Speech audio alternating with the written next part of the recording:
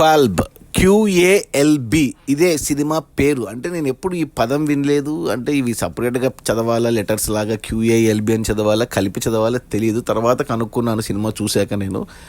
క్వాల్బ్ అంటే అది అరబిక్ పదము. అరబిక్లో క్వాల్బ్ అంటే హృదయం, అది అని తెలిసింది. సో నేనేమనుకున్నా అంటే సినిమాలో హీరో పేరు క్యాల్పో, సో అది క్యాల్పో అన్నారేమో అనుకున్నాను, కానీ కాదు. క్వాల్బ్ అంటే అరబిక్ భాషలో హృదయం, హార్ట్, గుండెకాయ.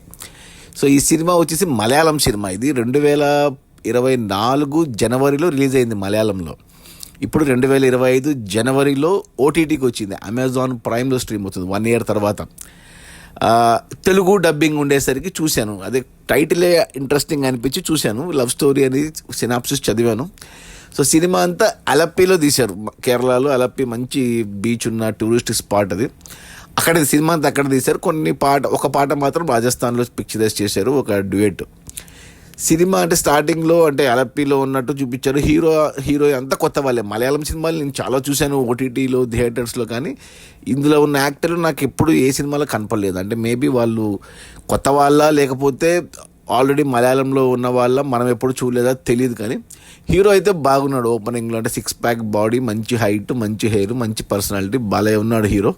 కొత్త హీరోనో మరి ఎగ్జిస్టింగ్ హీరోనో తెలీదు. ఇక హీరోయిన్ కూడా, అమ్మాయి కూడా పర్లేదు, బాగానే ఉంది, సెట్ అయ్యారు ఇద్దరు సినిమాకు.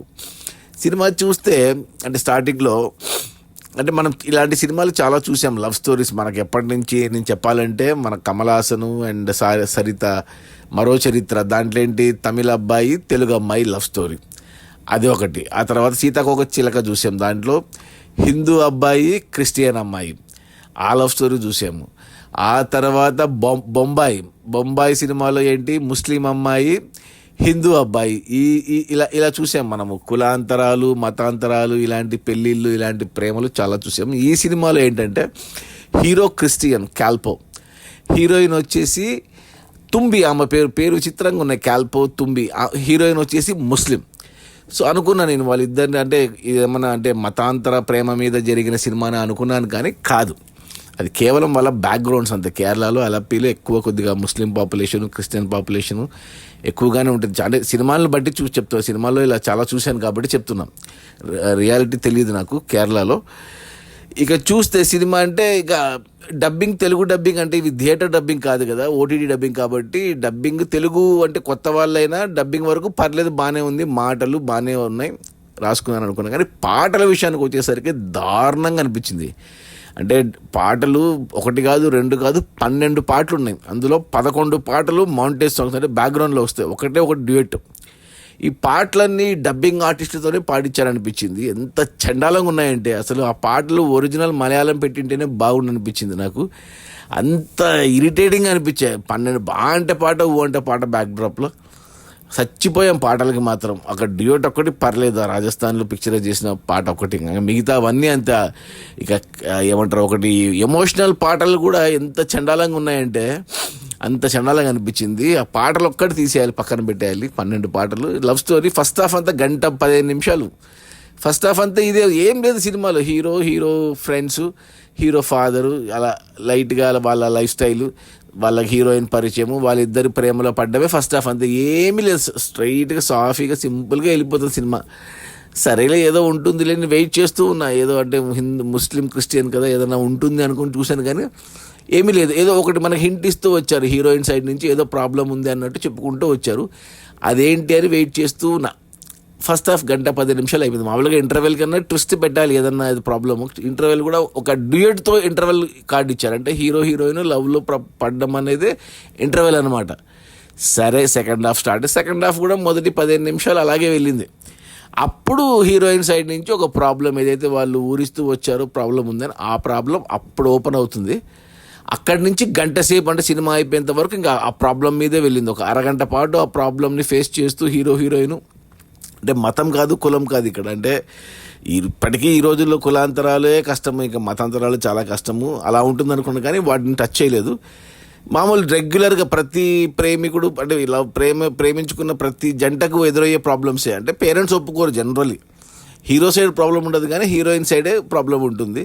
సో దానికి తగ్గట్టే ఫేస్ చేస్తూ ఉంటారు. యాక్చువల్గా సాల్వ్ అయ్యే ప్రాబ్లమే, బట్ అరగంట తర్వాత ఒక ట్విస్ట్ పెట్టుకున్నారు. అది ఎక్స్పెక్ట్ చేయలేదు నేను. ఏంటి సినిమాని ఇలా తీసుకెళ్లారు అనిపించింది నాకు. అరే ఏమన్నా రియల్ స్టోరీనా, ఇది నిజంగా జరిగిందా కథ, అందుకే తీసారా సినిమా అనిపించింది నాకు ఆ ట్విస్ట్ చూశాక.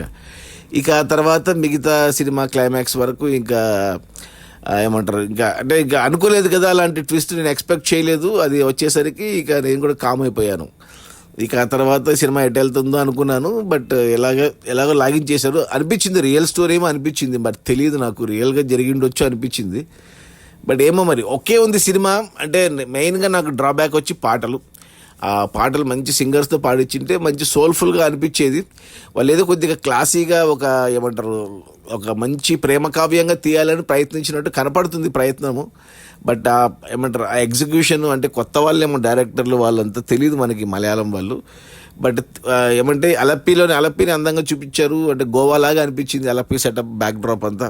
హీరో బాగున్నాడు, హీరోయిన్ బాగుంది, మాటలు బాగున్నాయి, యాక్టింగ్ వైజ్ ఓకే అందరూ. కానీ ఈ పాటల వల్లే నాకు పెద్ద దెబ్బ అయింది. ఓకే అనిపించింది. ఏదో సింపుల్ స్టోరీ, ఎక్కువ ట్విస్ట్లు టర్న్స్ ఏం లేదు, స్ట్రైట్ ఫార్వర్డ్గా సింపుల్గా రియల్ లైఫ్లో ఎలా జరుగుతుందో అలా ఉంది. జంటలు అంటే ప్రేమించి అంటే ప్రతి ఒక్కరు ఎవరో ఒక అమ్మాయిని అబ్బాయి ప్రేమిస్తూనే ఉంటారు ఆ వయసు 20-25 ఏళ్ళ వయసు ఉన్న వాళ్ళు. సో వాళ్ళు ఒకసారి చూసేయచ్చు. ఇక ఇంత పెద్ద సినిమా 2.5 గంట సినిమా లవ్ స్టోరీ అయినా కానీ క్లీన్గా ఉంది, క్లీన్గా చూపించారు. అంటే ఎటువంటి సినిమాటిక్గా ఏమంటారు ఎక్స్పోజింగ్ కానీ, లేకపోతే పాటలు కానీ, లేకపోతే లవ్ మేకింగ్ సీన్ ఇలాంటివి ఏమీ లేవు. అసలు హీరోయిన్ ముట్టుకోవడం అనేది ఉండదు సినిమాలో. సో అంత పవిత్రంగా అలా చూపించారు. ఓకే ఉంది. కొంచెం ఇంకా కనెక్ట్ కాలేదు నేను సినిమాకు. ఏదో మిస్ అయింది అనిపించింది సోల్ నాకు ఆ సినిమాలో. అనిపించింది సింపుల్గా అయిపోయేదాన్ని ఎందుకు కాంప్లికేట్ చేశారు అనిపించింది. మేబీ రియల్ స్టోరీ అయితే ఓకే, బట్ ఇది కేవలం సినిమా కోసం అలా రాసుకురంటే మాత్రం ఫోర్స్ఫుల్ అనిపిస్తుంది. అది అవసరం లేదనిపిస్తుంది. ఓకే ఉంది సినిమా. అమెజాన్ ప్రైమ్లో ఉంది. తెలుగు డబ్బింగ్ బాగుంది, కానీ పాటలే డబ్బింగ్ చండాలంగా ఉంది. బట్ సినిమా అయితే ఓకే చూసేయచ్చు. ఫ్యామిలీతో కూడా చూడవచ్చు, ఏం ప్రాబ్లం లేదు, ఇబ్బంది ఏం లేదు, హ్యాపీగా చూసేయచ్చు. 2.5 గంట కొద్దిగా లెంత్ ఎక్కువ అనిపిస్తుంది. 2 గంటలు అయిపోయింటే బాగుండు, కానీ ఫస్ట్ హాఫ్ అయితే ఏమీ లేదు, సింపుల్గా వెళ్ళిపోతుంది అంతే, ఏమి ఉండదు. సెకండ్ హాఫ్లోనే మెయిన్, లాస్ట్ 1 అవర్లోనే మెయిన్ ఇంకా సినిమా కథ ముందుకు వెళ్తుంది. సో నా రేటింగ్ వచ్చి 2/5 ఓకే అంటాను. ఖచ్చితంగా చూడాలా అంటే అవసరం లేదని చెప్తాను. బట్ యంగ్స్టర్స్ ఎవరైతే ఉన్నారో 20-25 వాళ్ళ కొద్దిగా నచ్చొచ్చేమో, ఎందుకంటే లవ్ స్టోరీ కాబట్టి. ఇక మిగతా వాళ్ళకి ఏముంది అనిపిస్తుంది అంతే. నాకైతే అలాగే అనిపించింది. అది ఈ QALB హీరో పేరు క్యాల్పో, సినిమా క్యారెక్టర్ పేరు, హీరోయిన్ పేరు తుంబి. డిఫరెంట్గా ఉన్నాయి. క్యాల్బ్ అంటే అరబిక్లో హృదయం. ఒక లవ్ స్టోరీ అటెంప్ట్ చేశారు. ముస్లిం అమ్మాయి, క్రిస్టియన్ అబ్బాయి. అది మలయాళం డబ్బింగ్ వర్షన్ తెలుగులో ఉంది. సంవత్సరం కింద వచ్చింది థియేటర్స్లో. ఇప్పుడు OTT అమెజాన్ ప్రైమ్లో ఉంది. కుదిరితే చూడండి, చూడకపోయినా నష్టమేం లేదు.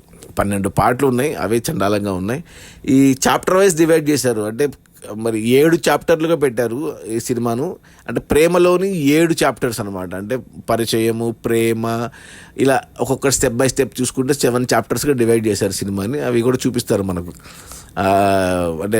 అరబిక్లో వేస్తారు, అరబిక్ హిందీలోనూ వేస్తారు, అలా ఇంగ్లీష్లో వేస్తారు, మలయాళంలో కూడా వేస్తారు. 3 భాషల్లో ఆ 7 చాప్టర్ల పేర్లు వేస్తారు.